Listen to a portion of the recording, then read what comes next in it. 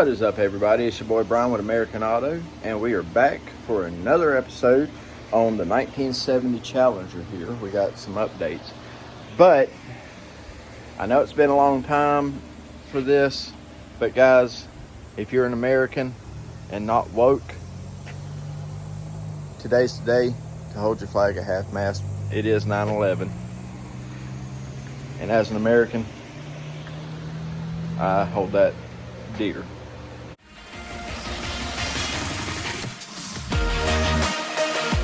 Before we go too far in this video, we got the wheels off of the Challenger. Those broke down, valve stems pulled out, all that stuff, and got those sent out to powder coat along with the front and rear bumper so they can be powder coated gloss black. Now, that being said, that takes me to my next point, that I want to mention the company doing the powder coat, because not only are they extremely nice people and well priced, and their work looks amazing from what I've already seen, but they're a Christian company too, so that makes it even better. And guys, they have a YouTube channel, so I want you to stop watching my video for just a second, head over and check them out. It's Carter's Drag Racing, C-A-R-T-E-R-S, Carter's Drag Racing. Go check them guys out. Tell them I sent you over there. They're Mopar guys, but they've got three of the coolest pro mods you'll ever see in your life, okay? And they do awesome powder coating work. So head over and check them out. Tell them I sent you. Now, on from there, we're going to get back on the 70 Challenger here. And yeah, today we are shaving the door handles. We're going to shave these mirrors out. And we're going to install new said relays with the little push button that came with it. We have everything. So let's get that stuff on the ball. So where I primed this door, I've got all this paint in here that I need to go ahead and clean out. For that, we're going to use a little red disc on this little inlay.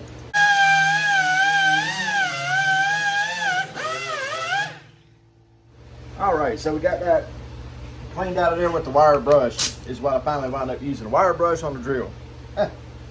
Now we're going to clean up this outer edge so I have something to go to make it good and level. Alright, so we got it good and cleaned up all the way around. We got a good edge to go to here. Now we need to get the plate cut for this and make sure the bend is proper for it. And then we'll clean that up with some glass cleaner before we start welding to it. So, alright, so what I did here, guys, is I've got this clean, nice, not too terribly thick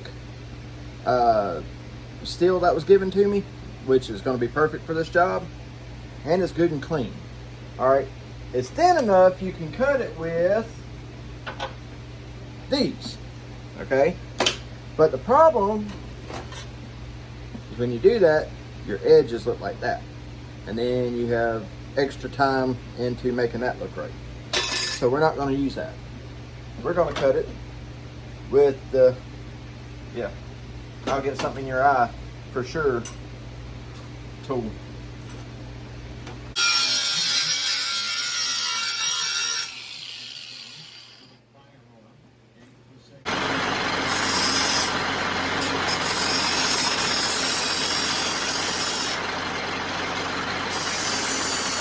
All right, so we got the plate cut, got it tacked in there.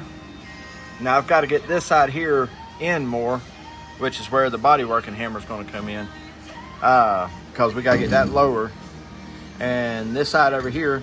But we're going to break out the TIG welder and try and TIG that in, and maybe that'll work real good. If not, we'll just do it the way we're doing it. So hang tight and we'll get her straightened out and bring y'all back. I'm not a TIG welder, which means I went back to the flux core. So since I'm comfortable with the flux core, we're gonna rock out with it, get this thing knocked out, and yeah, I'll put you on a time lapse so you can watch.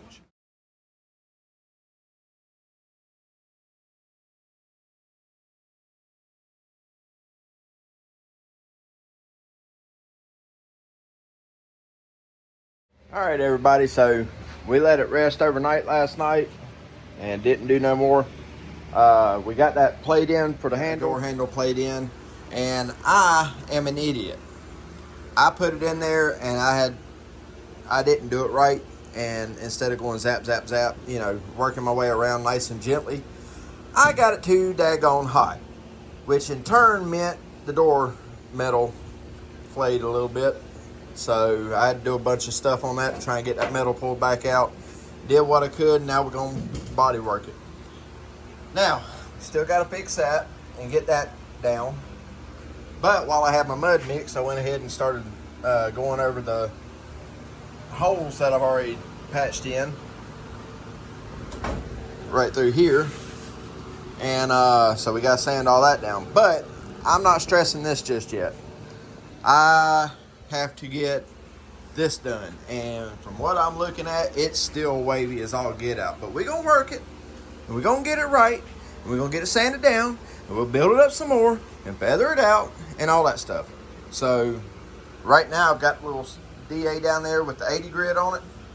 Just knock that hard stuff down, we'll feather it out, add some more mud, and keep on rocking. All right, so we got another coat on there because it's still a little low, but we're gonna jump on into getting the overlook the sound of the weed eater, but we're gonna jump down in here and get this door latch hooked up. See if you can see in there, right where the tip of my light is a little loop, and in order for this to work, I have got to put this cable through that loop and crimp it with this little guy here.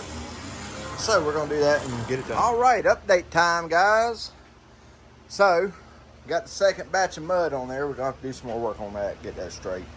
But more importantly, let me throw you on a tripod and show you where we're at. So granted, I don't have the remote hooked up yet, but just for operational purposes,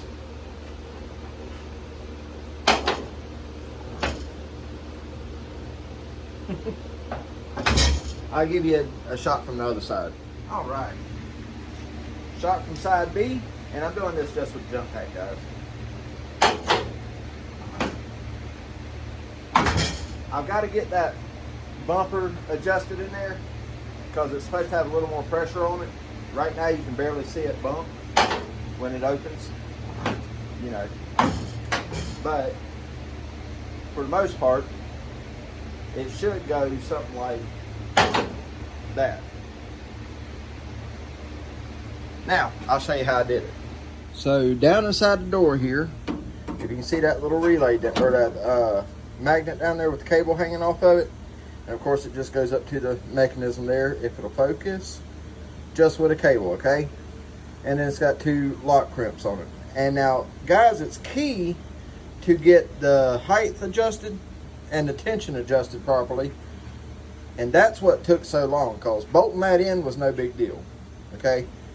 I've got it bolted as vertical as possible, and the wire attached to it, and it's bolted all the way through the outside here with those 2 bolts down there.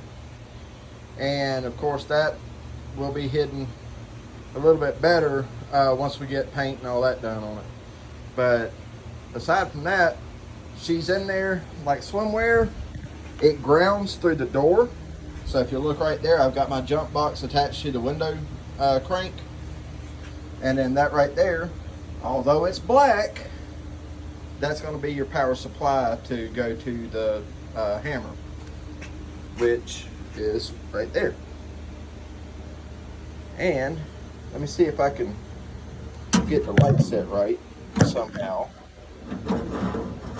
Here, let me just check it in the bottom of the door here. I'm gonna try and see if I can get y'all a shot of it functioning. Let's see. Alright, focus. Focus. There we go. And just whenever you hook power to it, that's all it does.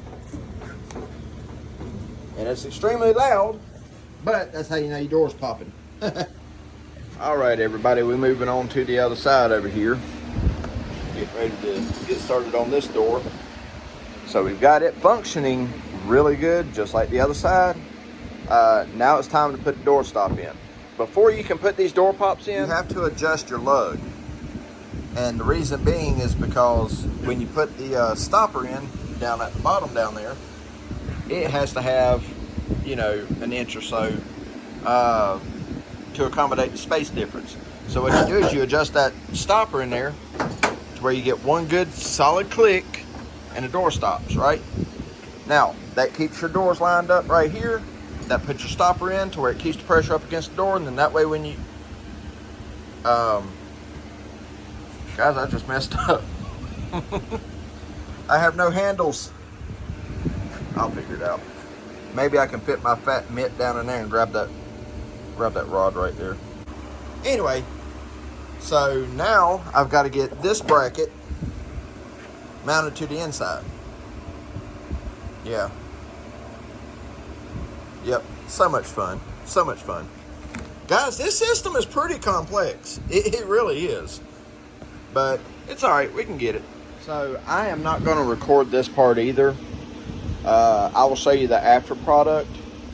But the reason being is because my shop, as you know, is not that big. I don't have a lot of space, and there's still a motorcycle sitting here that I have to get finished up. That will be done this winter. Yeah, it will be done this winter. All right, guys, so here we are on the final part of the wiring on the door. All I've got to do is put these two wires together, which we're going to do that with our wire care, solderable and heat shrink deals here. I've showed these in past videos where one of my subscribers actually sent them to me. Thank you again, Corey, for those, because I have used them unbelievably. All right, guys, let me back this out here, and let's see if she works. Beautiful. That is money. Reach in there. That's all you need. Just a little dab of it. One more time. Inside the fender well. Doors open. Ready to go. So there you go. So guys, I'll show you how this whole setup here is ran. Okay. We've got a hot wire coming off the battery, which I've got to tidy that up and still put a fusible link in there. All right. And we're not worried about this because this particular car, the hood opens from the outside. So if the battery was to go dead, it wouldn't be a big deal. Anyway, so you run from here through the car. All right. Let's pop that door open one more time. Come in under the dash down there. Okay. Through there, around to the side. You want to come down this channel here. Okay. Just like I did with the air ride stuff. It'll loop through the inside wall here and come down inside there. All right, you see that yellow wire? All right, now back up in there, and you can't hardly see it, is the switch. It goes through the inside of the fender well. Okay? Now, once you get your switch hooked up there, you got to run a return line back through this channel here, back up into here. Now, right there, this car did not, it had a provision, but it never had a through line. So if you've got electric windows and all that, you'll have a corrugated area through here. We may add something in there in the future. I'm not real sure yet. But I had to drill a little hole there for one wire to come through. Okay. So that wire comes back up the kick plate here on the inside. One little hole through. I simply sealed that in with tape. Over taped it. I will put a silicone on it.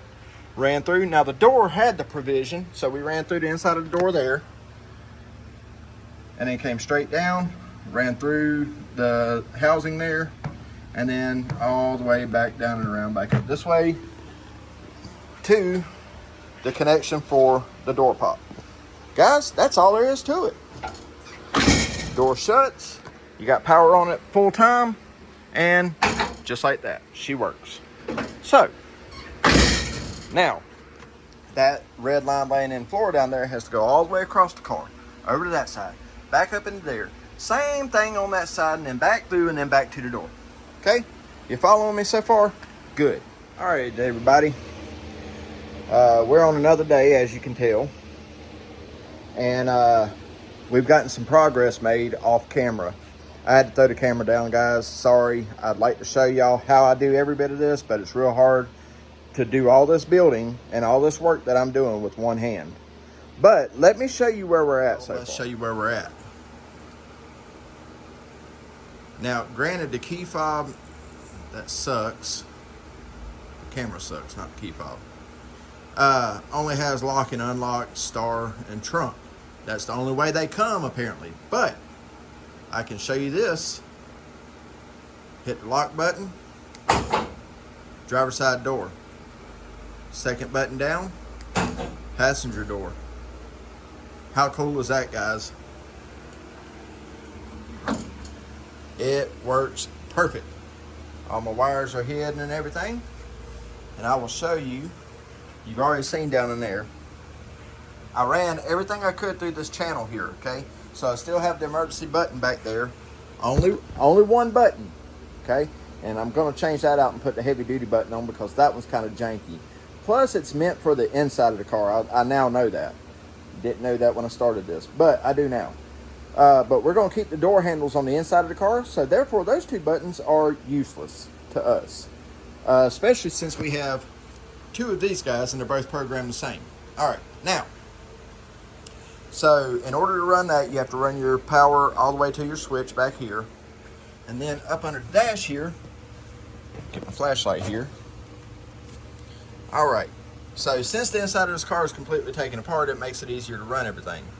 I've had to run one wire over to that door there, and it comes out in that kick panel there, up through the dash, all the way back over to here. Of course, you see nothing dangling out of the ordinary, but it's all up under there. And if you look over here in this kick panel, if you can see past my fat arm, there's all the wires. Now they are loomed up and all that, so they're not going to come out or go anywhere. But everything's ran up that goes out through a grommet up there and everything through here. Now, on the door there, you see I got a loom there and everything's grommeted. Same on that door over there. And just for the record, Harbor Freight does sell the body grommet sets. I know because I just found out. But inside there is a fusible link. And then after that fusible link, there's the two relays.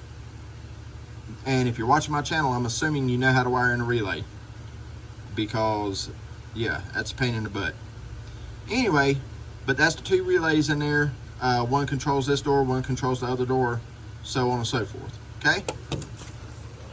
And then, like I say, you got one wire is all that comes out of the panel there on each side. And simply put, shut your door, walk around to the other side. There's that down there. Now I still got to trim the cable, but the wire runs down through there. It actually comes up on the inside. Well, you can't see nothing in there.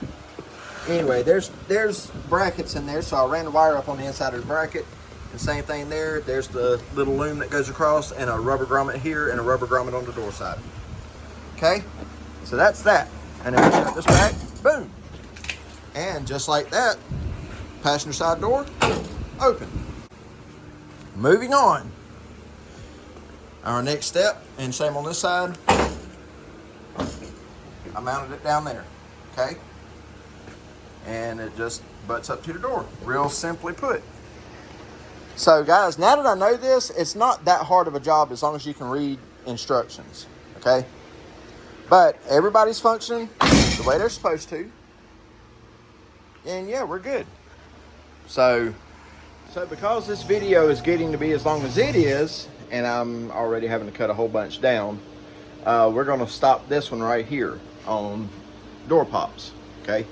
We are slowly but surely turning this 1970 Challenger into a modern day spaceship kind of car. And it's turning out quite awesome, guys. So I do want to say thank you to everybody who has subscribed to the channel. And hopefully everybody continues to subscribe. We are so close to that 500 mark, guys. And I'm so thankful for each and every one of you. I really am. Let's see if we can hit that 500 mark. Share this with your friends, okay? And like I said, go check out Carter's Powder Coating and their business page, okay? But also, go check out Carter's Drag Racing. Them guys have some really awesome Pro Mods, Mopar Pro Mods, okay? They're Hemi cars with big giant blowers on them, and it's mind-blowing. But that's who's doing the wheels and the bumpers on this car. And they've got a really cool operation going on there. Go show them some love. Tell them I sent you. And as for that, that's going to do it for this one. Make sure you check out Pole Barn Garage, Golden Rust or Bust, Junkyard Digs, Top Notch Trees 23, and I don't know who else to mention. Carter's Drag Racing. And yeah, that's going to do it for this one, guys. So I will see y'all in the next video, which for me will start in just a minute.